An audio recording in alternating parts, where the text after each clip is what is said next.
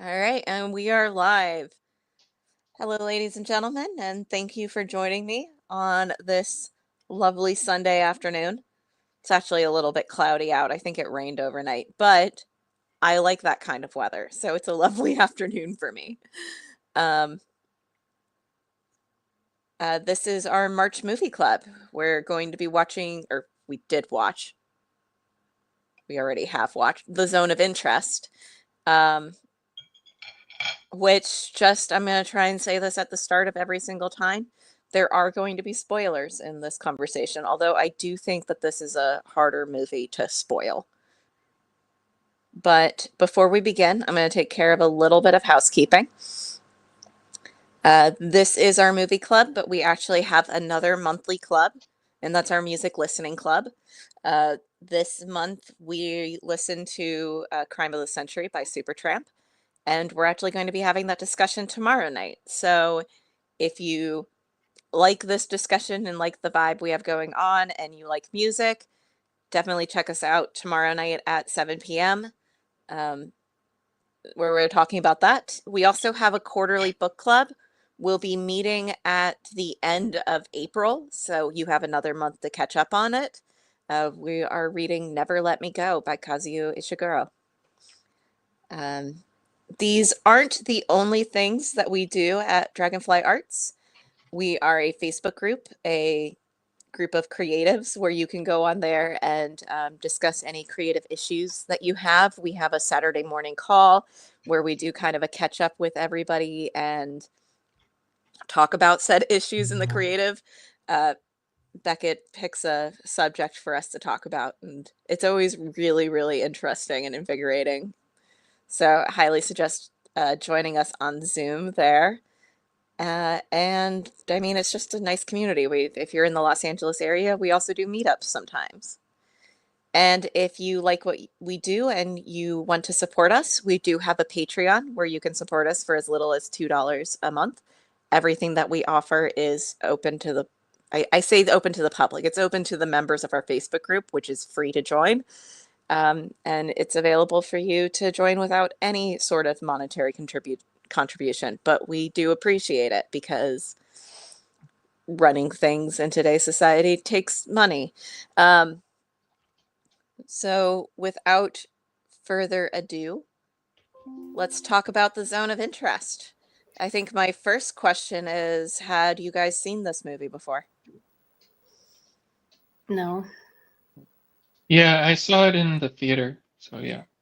I really wanted to see it in theaters, but I was really sick at the time that it was there and I couldn't go, and I was very sad. So I was really excited to finally sit down and watch it because every single time I thought about watching it at home, it was just like, oh, this is going to be a downer. And then I would go watch something happier. Did you like it? Have the look on Beckett's face. Like is a strong word. It was very thought-provoking. Yeah. I'm a huge fan of this movie. Yeah, I liked it. It's hard to say the word like with a movie like this, just because it's weird to say, oh, I like the Holocaust or whatever. But I think it's incredibly well made, and it is very thought provoking, like Beckett said, and it's also weird. This movie is a bit odd in terms of like not having that much drama in it if you're just watching what's on screen. So it doesn't have like emotional highs or lows like a normal narrative movie would. But yeah, I do like it, and I think it's almost perfect on a technical level for what it's trying to do. Incredibly meticulously done, which I have all of the notes on. So I'm sure I'm going to tell you all about the meticulous notes and the amount of work that went into making this movie. What about you, Tim? Did you like it? I did. It was it had been on my list for a while, and I kind of do wish I saw it in the theaters because the cinematography was so engaging for me that I frequently forgot that I was supposed to be reading the subtitles. So I think I want to watch it again just so I can watch it visually. Yeah, I put it off because I wanted to read the book first. Turned out that was not something I should have worried about because It's very loose. it's a lot like what Jonathan Glazer did with Under the Skin, which has very little relationship to that original novel too. So, but it is related, which we'll talk about. But yeah, I liked it a lot. I liked it a lot. I want to watch it without paying attention to the subtitles, just so I can look at that cinematography again.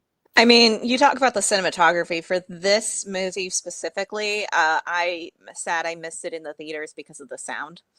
The sound design in this is insane, and in fact, the point. Mm-hmm. In fact, Jonathan Glazer and the sound designer, whose name off the top of my head I don't remember. I thought that I had Johnny Byrne.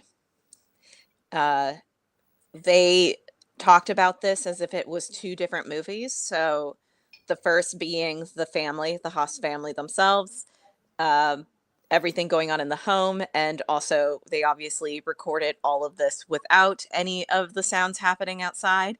And then they essentially had to go through and film a second movie that was just the sound happening outside.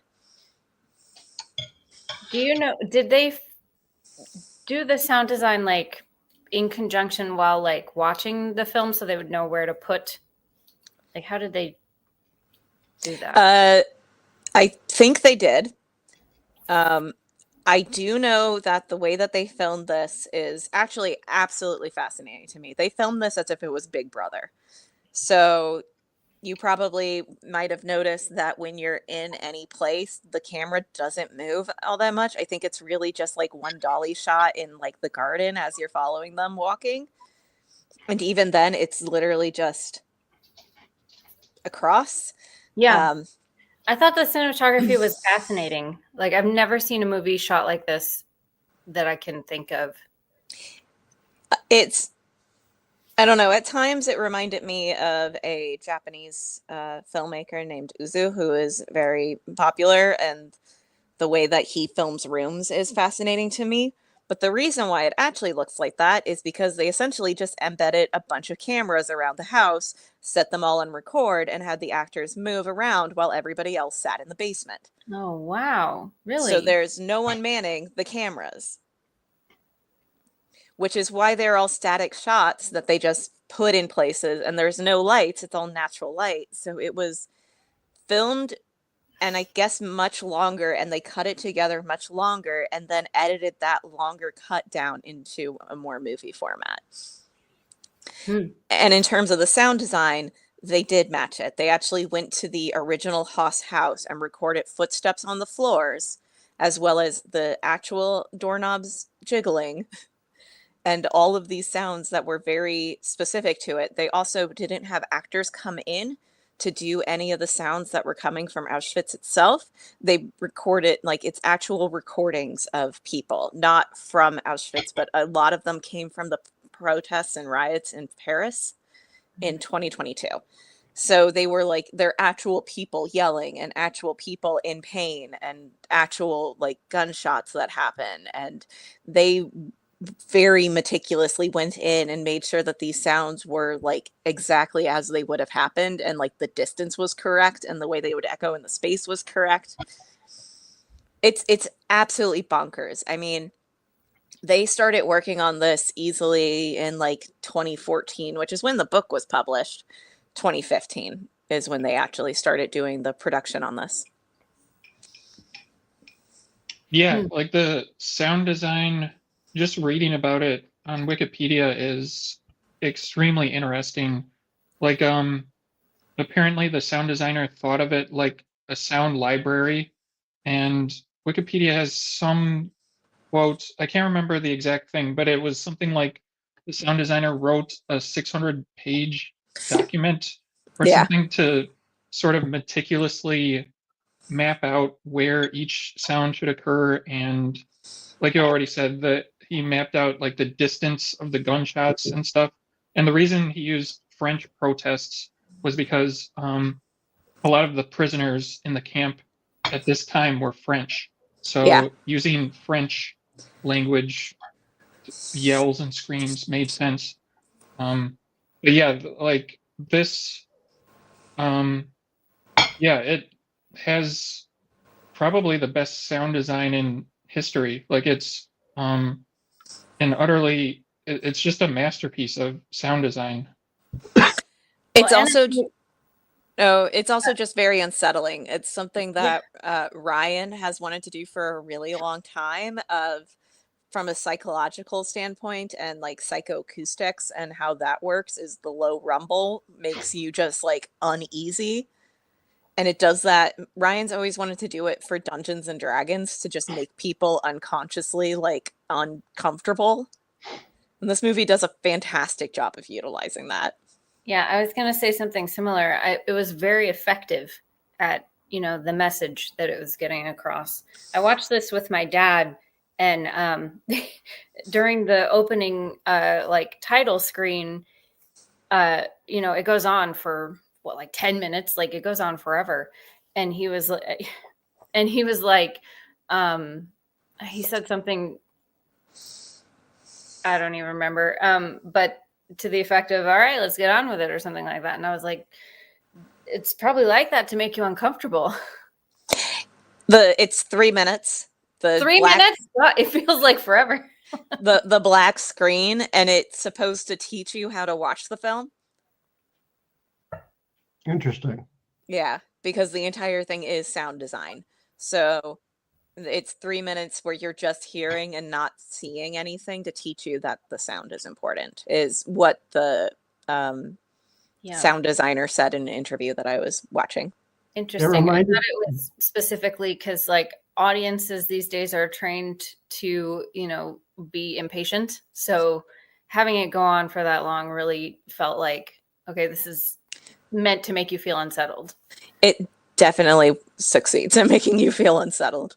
It felt very Kubrickian to me. Oops.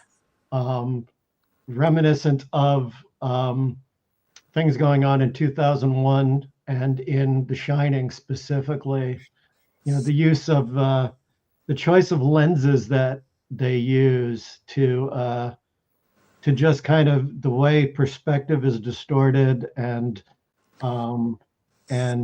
it's from a production standpoint, it is really a fascinating film. You could just watch this film like I want to do without paying attention to dialogue, just for the production alone, and I don't think it would ever be boring.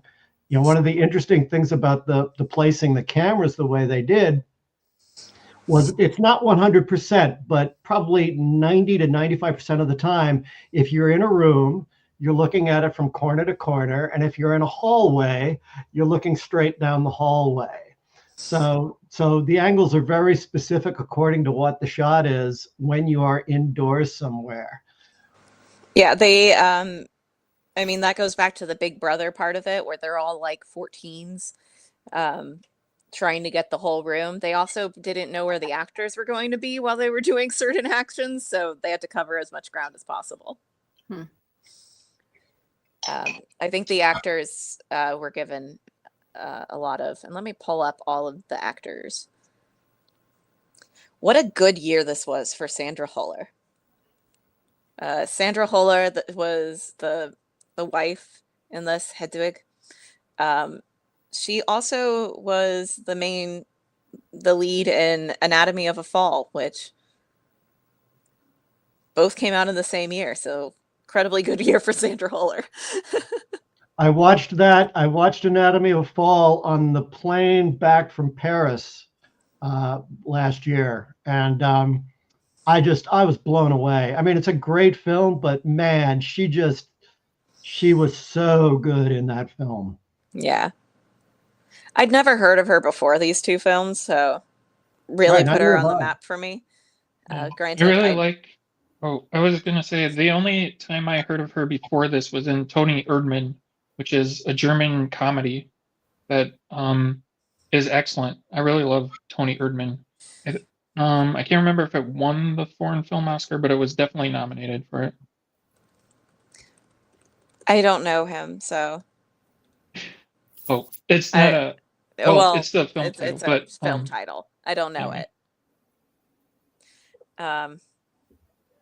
Yeah, I don't know them, so I probably should. I actually really like German cinematography. I really like a lot of TV shows that come out of Germany, so I should probably watch more German movies. Um, Not that this is technically not a German movie. This is a production that was done partly through UK and partly through Poland. Which let's get into the nitty gritty of it, I guess. Yeah. I thought we I were wanna nitty know where it gritty was shot. already. Yeah, because this is a movie that doesn't really have a plot, or rather, the plot is very mundane and weirdly important for the people involved and not at all important in the global act of what's happening. Yeah, you kind of have to, like, if you were an alien watching this without any prior knowledge of the context, you wouldn't understand. Like, it would be pointless. But I actually really want to show it to somebody who has no concept of the Holocaust. I mean, Like- how? There are a lot of those around these days. Yeah, because like to really understand the drama and the terror and just the like, you really have to know what's going on in the background. That's why I think the sound design was so effective in making you really feel so unsettled watching these people just live their lives like normal. I mean, but we all do that, which is something that Jonathan Glazer has said on so many occasions. It was a part of his Oscar speech. Is the point of this movie is not that these are terrible people experience like just going about their daily lives in light of things. It's more that we all do this. We are all just Yeah, I mean, they are terrible people, but yeah, I understand that. The one thing that's really striking about this film compared to the novel is that the novel is all told through the stories of three male characters who narrate their perspective. Mhm. And so the women are very backgrounded. And in this, Glazer shows that the women are just as evil as the men are. Yeah. Which that I found very striking, a striking change, which is why I think, it's one of those things. There are two different mediums. Which one's better? Well, neither one is inherently better. They're two different, you're looking through two different perspectives or two different facets of the same diamond. And that to me that's what really stood out for the way Glazer told the story with this, is that he showed that women were equally culpable, and in some ways they're even more offensive when Hedwig takes the fur coat and she pulls the lipstick out and just throws it aside. But even worse, when her friends come over and they're sitting around the table discussing what's going on. It was so. Yeah, like it's just business as usual. Yeah. Very unsettling. And so that's something I wanted to ask you guys about, because it stood out for me, and I wondered, I think it can be taken in a number of ways. Hedwig's mother's reaction that causes her to leave, is that because she just found the whole thing distasteful and she wanted to not think about it, or does she have a moment of realization of what's actually going on? it's because of the smell. Yeah. Oh, is it? Mm-hmm. I think because it's the smell of the crematorium. Right. I knew it was because of the crematorium. Like, I talked about that with my dad after we watched it. And I feel like because there's the whole scene of her looking out over the camp at night and the fire, and it seems like she has this moment of realization, and I think she was in denial as to how bad things were beforehand, and that was kind of her moment of truth where she's like, you know what, this is too much for me, I can't do this. It's kind of like the thing about how people who eat meat, they don't ever want to go to a slaughterhouse, because if you get to see how the sausages are made, you might decide you want to stop eating the sausages. Yeah. I feel like that was a lot of the, Nazi society at the time, was people who didn't know how the sausage was made. They just wanted it done. And so they just kind of like went along with things. And in the meetings between the men, they're talking about like productivity and things like that. So they see it as a business, and then kind of glossing over the reality of what they're doing. I mean, you keep bringing up, keep saying that these are like evil people, and I think the point is, it's less about good and evil and more about aestheticizing the situation that you are in and being blinded to a situation. Well, I think that her mom leaving, I mean, her mom even has an entire discussion about going after her neighbor's curtains that she loved. And Right. being like, maybe my neighbor's over there. Like, I don't think it has anything to do with like the Holocaust. I think it might be a little bit of don't go to the slaughterhouse situation, but it's very, in a lot of the interviews that I read before this, because I also was interested in that, they describe it as her not liking the smell. The sounds and the smell becoming too abrasive for her. And we never actually find out why. She leaves a note. We don't find out what it says. Yeah. But like the way that her daughter, Hedwig, reacts doesn't make me feel like it was like, I can't stand these cruelties. Like it doesn't have that vibe to me. Like I still don't think that she like had a change of heart or anything in these. And I don't think that any of this is necessarily about a change of heart. It's just about existing in the situation and becoming immune to it. That's not really what I'm saying. Like, I know that because I studied, my minor's in German studies, and I lived in Germany for a while. And there are a lot of Germans who didn't really want to know.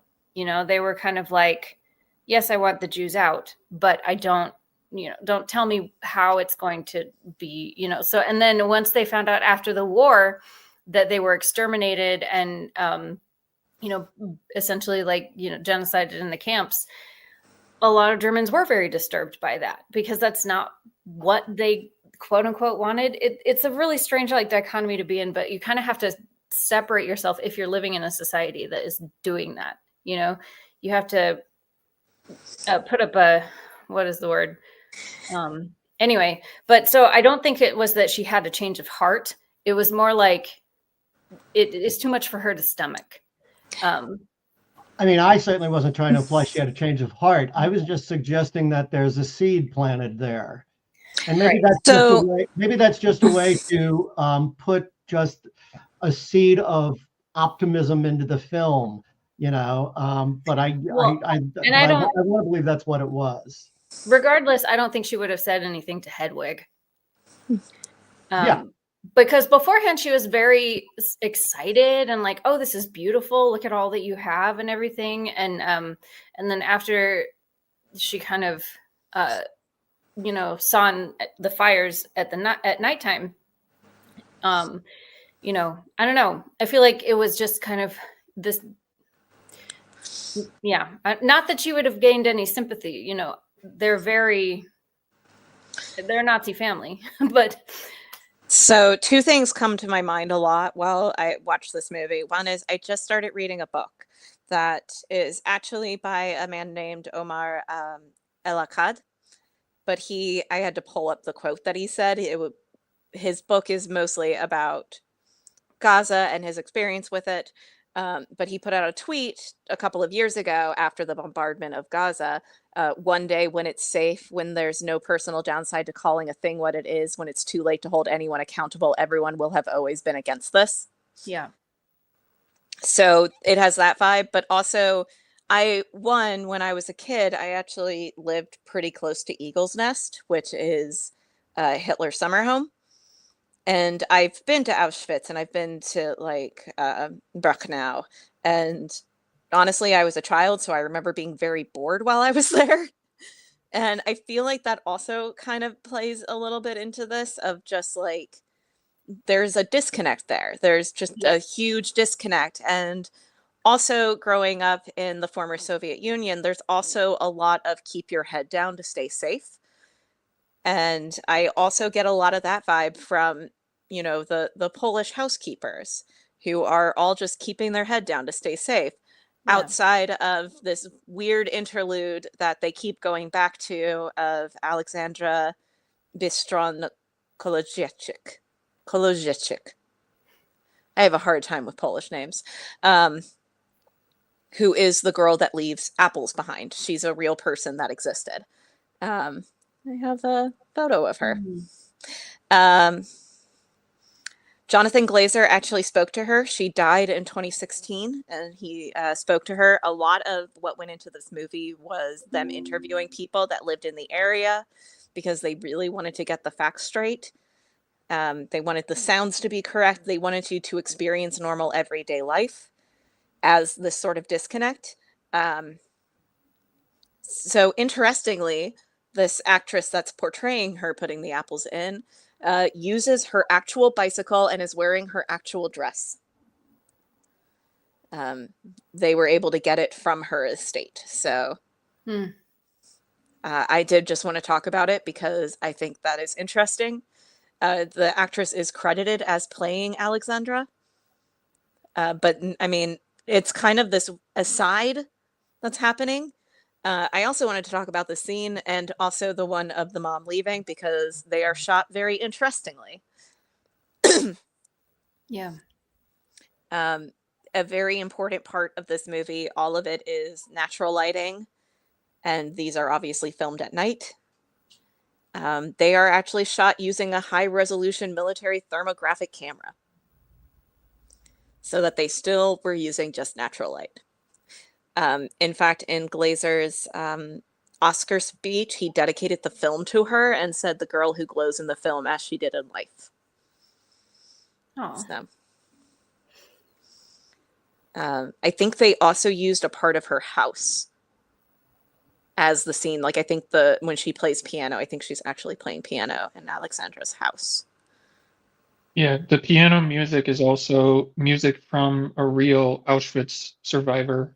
Because there's a scene in one of the infrared scenes where she finds a piece of music. It's very hard to see what's happening because of the infrared. But if you read a summary, you can see for sure that the girl finds a piece of music and then she goes home and plays it on her piano.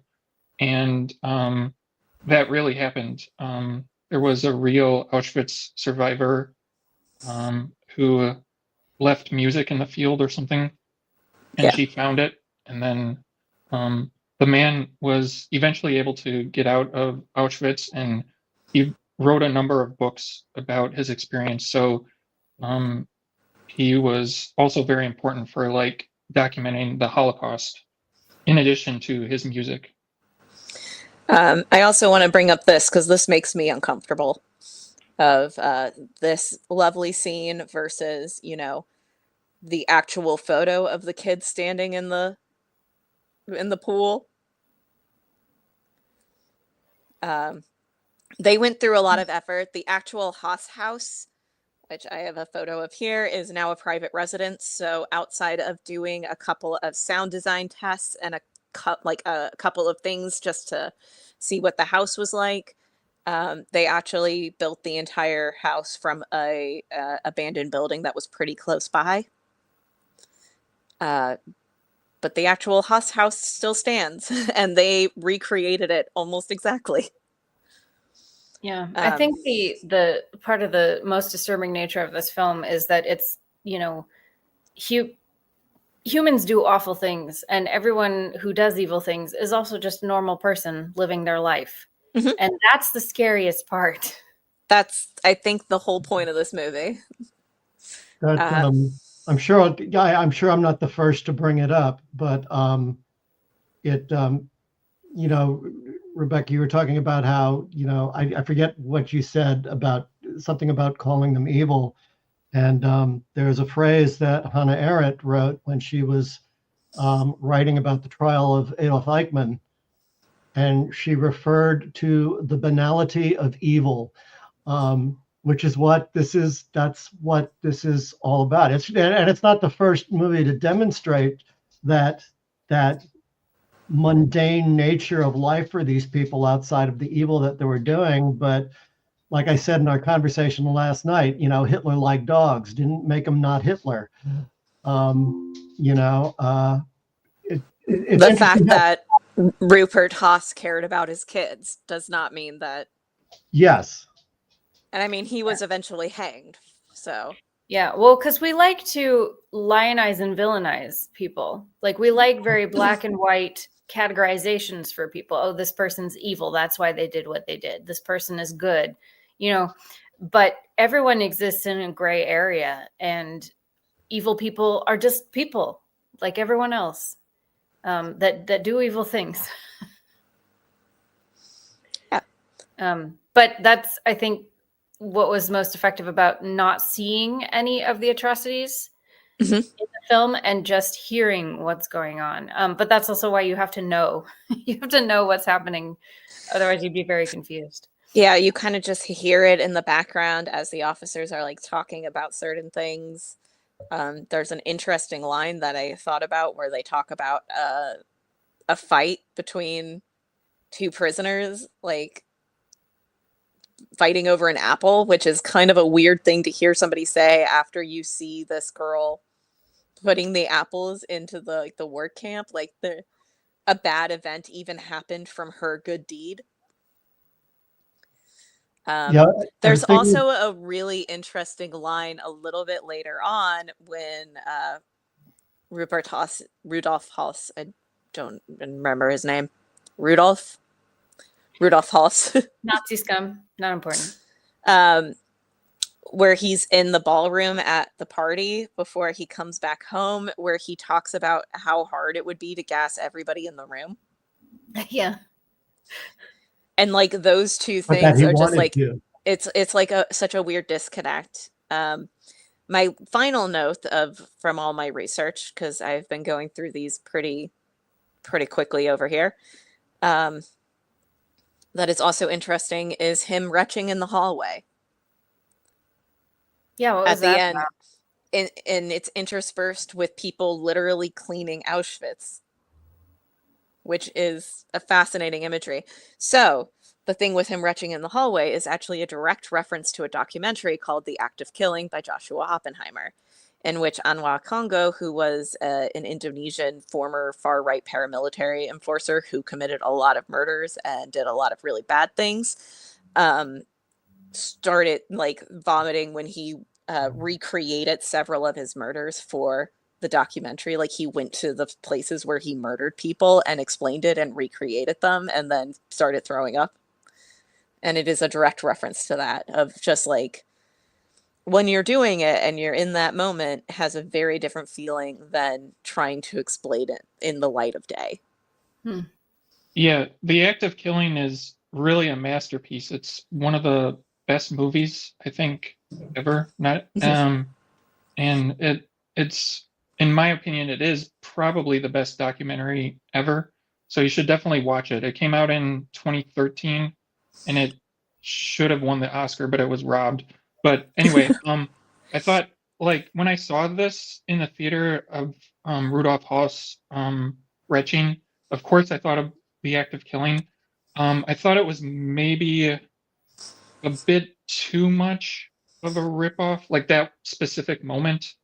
And then I liked showing the present day Auschwitz of the janitors cleaning, and I liked the feeling of him kind of looking down the dark hallway and possibly seeing the future, or like at least subconsciously knowing that this would all end at some point.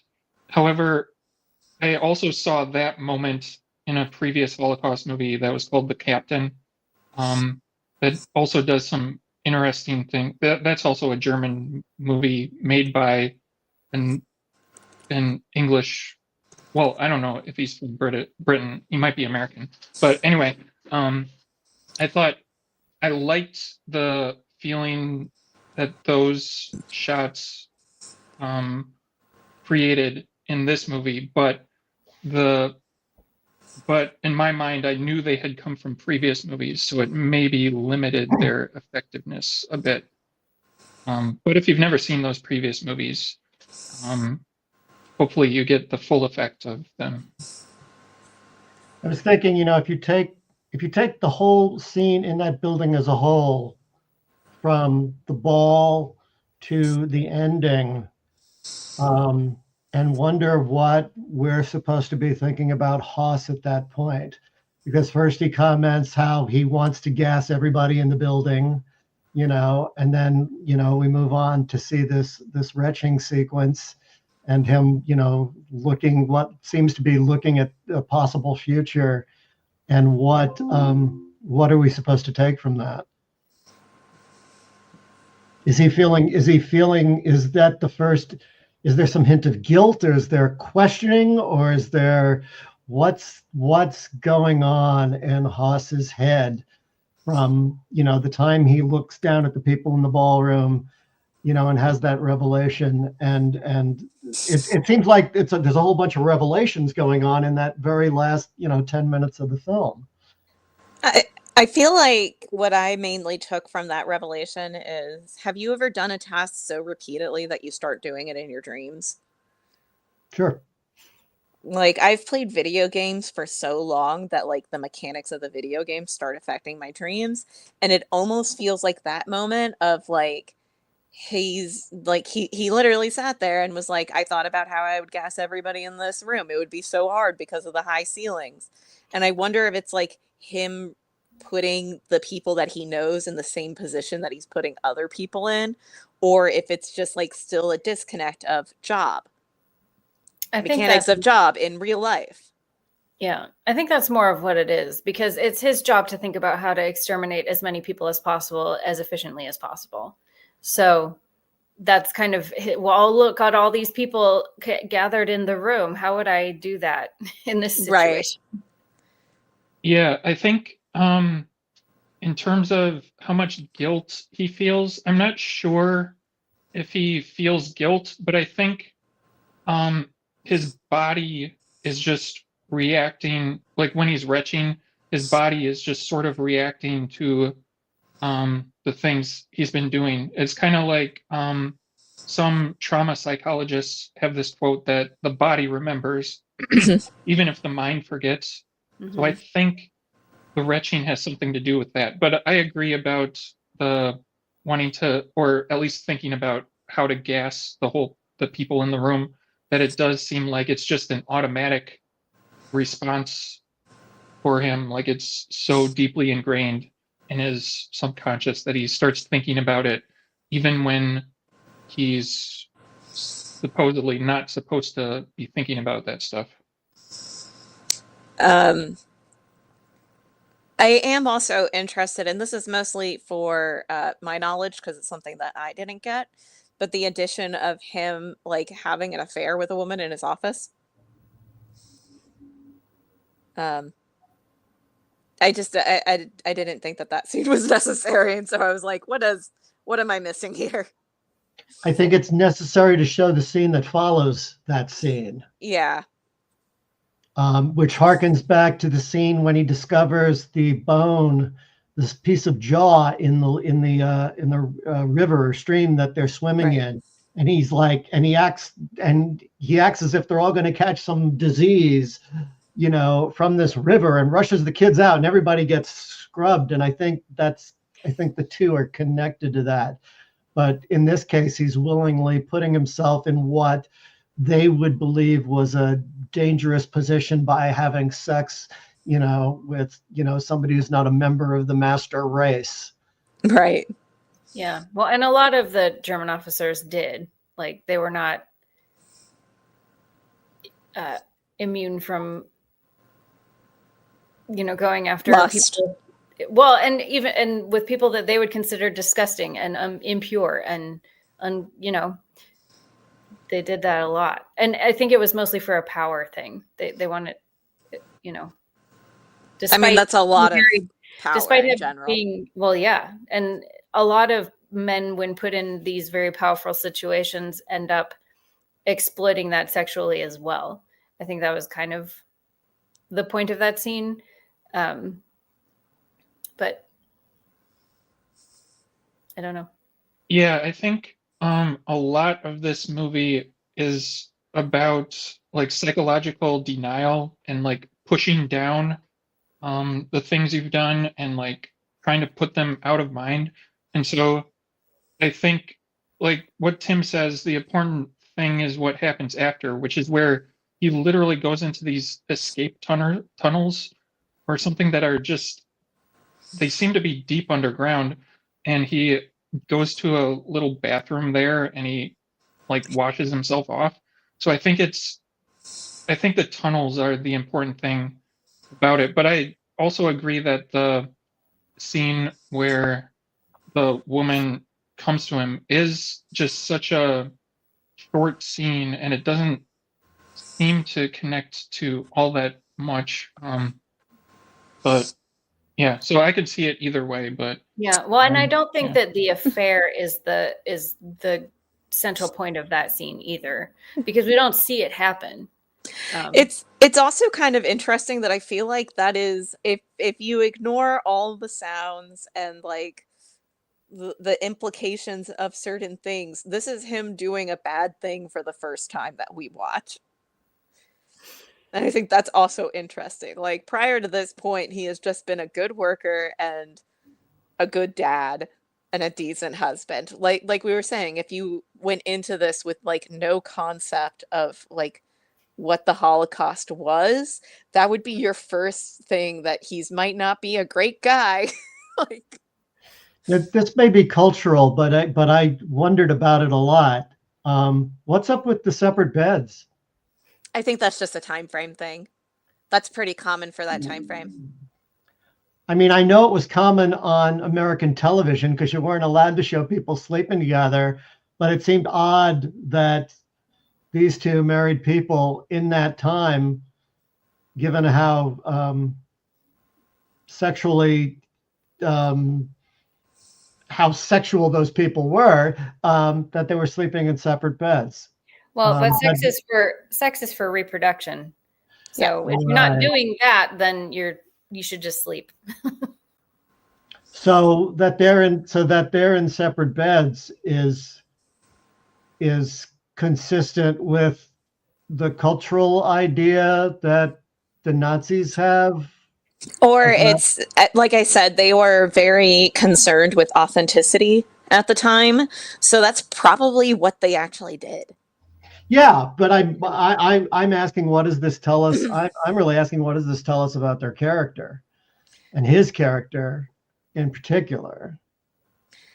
I honestly do think that it was something that was common at the time, from my understanding of it. But Yeah, I think it has to do with like conservative ideas about sex and how it's only for reproductive purposes. And that is even more transgressive of him, sleeping with a non-Aryan. so Sleeping, but so it started becoming less common at the end of the 1940s, but between 1840 and 1940, it was the common idea that you slept better if you slept alone. In a twin bed, apparently. Yeah. yeah, I do think really tiny bed. yeah, but I do think, yeah, focusing on the beds does kind of, it's another detail that sort of points to like the compartmentalization that these people go through, and that by extension that everyone goes through, kind of, because the central, like even this poster that we're looking at, it's a beautiful garden inside of Auschwitz. It's kind of like just another detail that shows compartmentalization and like denial of everything that's outside of Mhm. the garden. Um, so the husband and wife are literally separated, I guess. So I looked this up, and the first thing I found is people thought that if couples slept together, the sleeper who was weaker in some way would absorb the vitality of the sleeper who was stronger in some way. And I like this because there's a note on this, and it was like, this is still true today. If by absorb vitality you mean wife takes blanket. And I was like, I could see men doing that. Like, she took my blankets. We have to sleep in separate beds. But that was, I guess, the actual belief until the ends of the 1940s. That sounds like good old German superstition. Some other things to talk about with this one are so this won the Oscar for Best International Feature Film and Best Sound Design, which absolutely deserves that one. It was nominated for Best Picture as well as Best Director. It lost both of those to Oppenheimer. It was also nominated for Best Adapted Screenplay, but lost to American Fiction. It was nominated for the Palme d'Or, but it lost to Anatomy of a Fall, which I still think is interesting that Sandra Hüller oftentimes for these was up against Sandra Hüller. It won a lot of awards for the sound design in it. Yeah, that's good. Oh, I was also going to say it became surprisingly financially successful as well. It made $52 million worldwide, which doesn't sound like much when you compare it to Hollywood blockbusters. But for this type of art house movie that like doesn't have much of a dramatic plot to it, that seems like a huge amount of money to me. Yeah, well, and I'm this type of wondering movie. what the budget was. Like, much did they shoot this for? Because it doesn't seem like it was that much to make. I imagine most of the cost of this was sunk into turning a abandoned home into a recreation of it and the production of it. Yeah, I could not find the budget for it. So I'm curious if Derek's quick research skills. Oh, no, I was never able to find the budget either. But since it Okay. is like a Polish production, a lot of countries give subsidies to filmmakers, not in the United States, but in Europe. Sometimes film productions get subsidies. So, in other words, like the budget could be lower, like the actual amount spent could be lower in Europe than it would be here. But I have no idea what the budget was really. Yeah. We are coming up on our hour here, so I did a lot of talking. I often do a lot of talking on these, but I feel like I did a lot of talking, especially here. Was there anything that you guys wanted to talk about before we wrap up? I wanted to go back to the little girl, or not the little girl, the Polish girl. Yeah, Alexandra Weisstrom Kolodziejczyk. The decision to film it with infrared, even if they weren't using natural lighting for the entire film, this was a great way to make that sequence stand out. It almost feels otherworldly. It often looks like animation. But the other thing it reminded me of was the girl in the red dress in Schindler's List. It made it in a positive way. This is this little innocent piece of hope in the middle of this awful thing.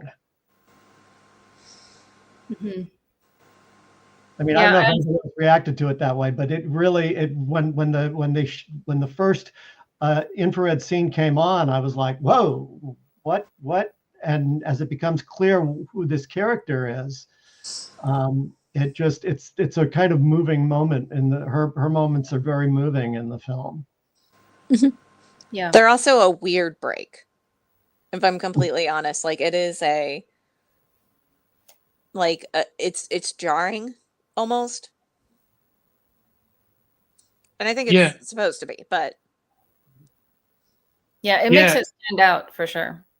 Yeah, and you also have to remember that while these scenes are happening, at least at first, they start happening when the man, Rudolf Haas, is like reading Hansel and Gretel to his yes. children. So it creates this kind of fairy tale feeling. So yeah, I definitely agree that this girl adds a lot of hope to the movie. But I needed to read about it on Wikipedia to figure out what was going on exactly. And I'm not exactly criticizing the movie for that, but still, I just needed a bit of extra context to It understand it. it kind of felt to me because, like I said, Jonathan Glazer actually talked to Alexandra, um, and I wonder if he just really wanted to include her story as a part of it. The movie is dedicated to her, um, and I almost feel like he found out her story and was like, "We have to include this in some way," and it's a very powerful part of it, but it has that feeling to me. I don't know whether any of you noticed this, but and I realized it once I started seeing her stick the apples in the hills, is that there's a sequence about I don't know, maybe 15 minutes before that where Haas and there are other people. There's a variety of people riding through the fields, through the scrub out there, and uh, Grazer takes a shot at the ground as one of the horses steps by, and we see apples with bites out of them on the ground. Mm-hmm. Yeah, I did notice that. And then, yeah, I think the fight between the two prisoners over the apple kind of like ties her storyline in. But we don't really find that out until later. So, like in the beginning, I was like, "What is going on?" And then when they said that, I was like, "Oh, she's leaving apples out for the workers, obviously." Yeah.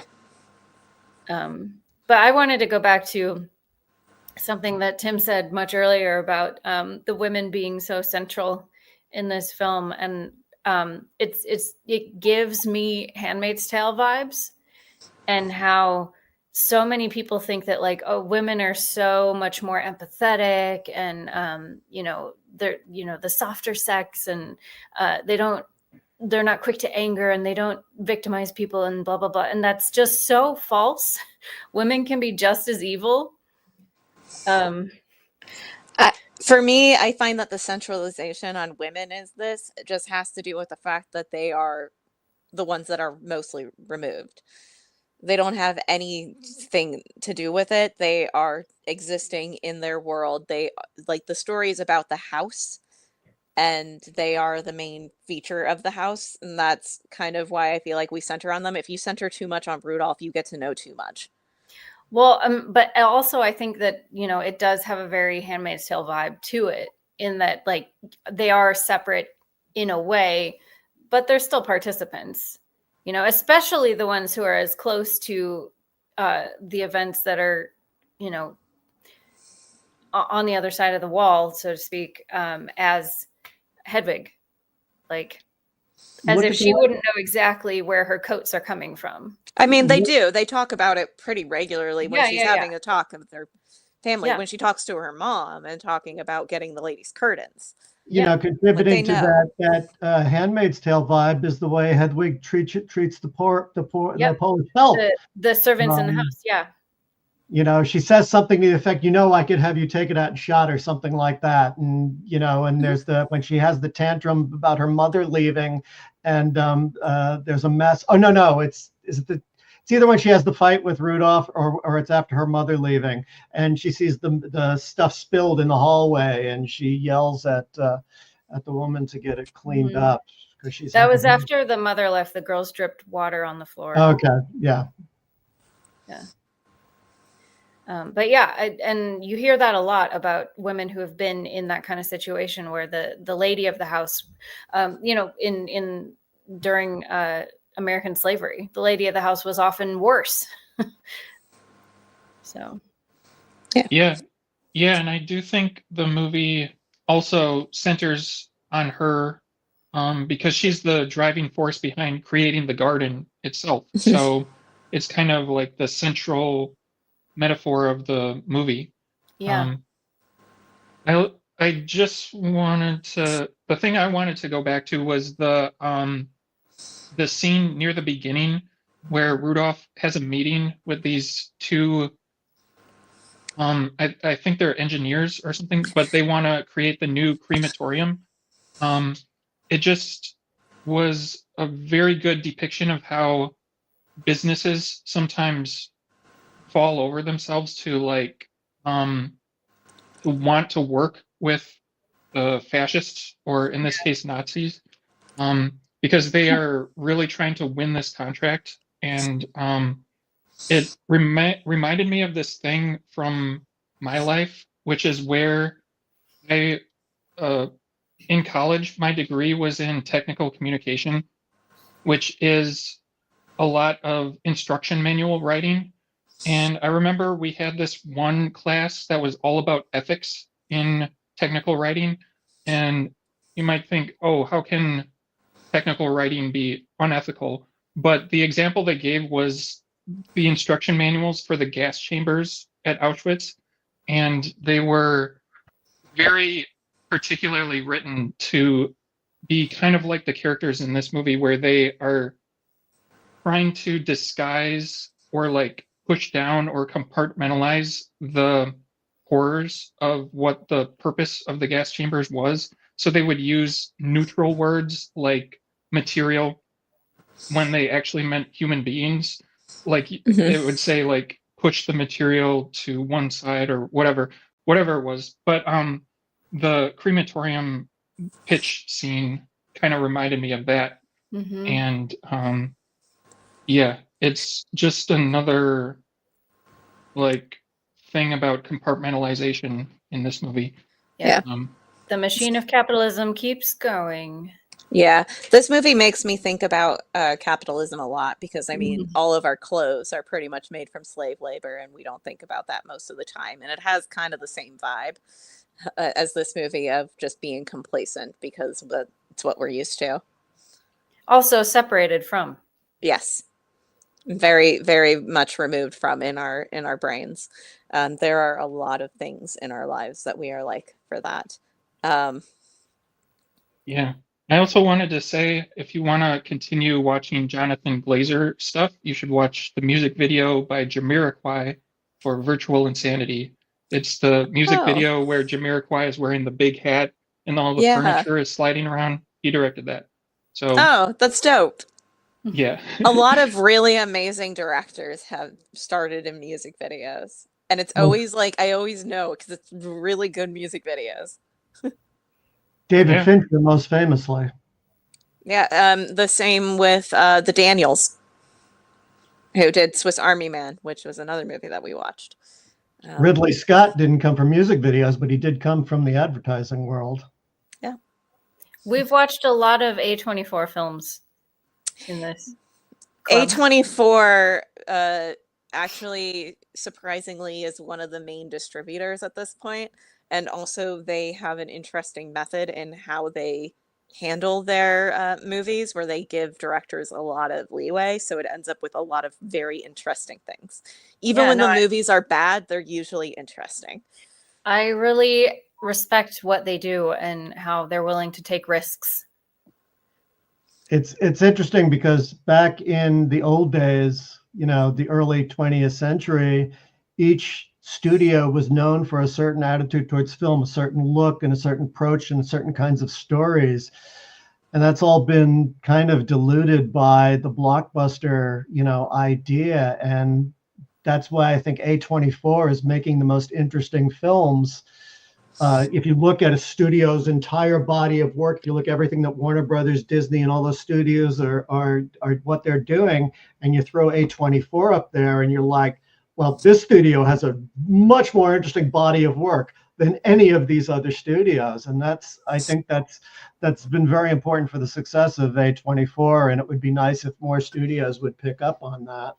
The hope is that they're leading the way for that. But I think it's also important to note in terms of A24, they also make a lot of movies that you know nothing about. Yep. They produce a large chunk of movies, and a lot of them are garbage. And they're Sure. very good at burying them. You know, but in terms of, I mean, the economics before Jaws and Star Wars, the economics were, okay, we'll do these great big pictures that everybody's going to love and make a lot of money, so that we can take that money and put it into smaller artsy fartsy films that that intelligent people will appreciate. And that kind of thing seems to have gone by the wayside. I don't think that, you know, once 1980 rolls around, all the suits take over the studios. It's not, there's very little art in the executive office. It's all about making the bucks. And film has been arguably, to a certain extent, in some way, has been going downhill ever since. Film is an art form. Mm-hmm. Content is king. I have a lot of discussions about this. Not my king. Not my So, president. it's probably a discussion for another time. I don't want to go down that road right now because we've actually already passed an hour. So, Oh, no. unfortunately, I do have to end the call. But thank you guys for joining me for this rather heavy movie. Like I said, our music club is going to be tomorrow night. It should be a little bit lighter. a little. Not that I think that's a pretty low bar, to be completely honest. Yeah. And I will post our April movie club pick on the 1st, and I'm really excited to show it to you. So Awesome. thank you guys for joining me, and I hope to catch you on the next one. Bye. Bye.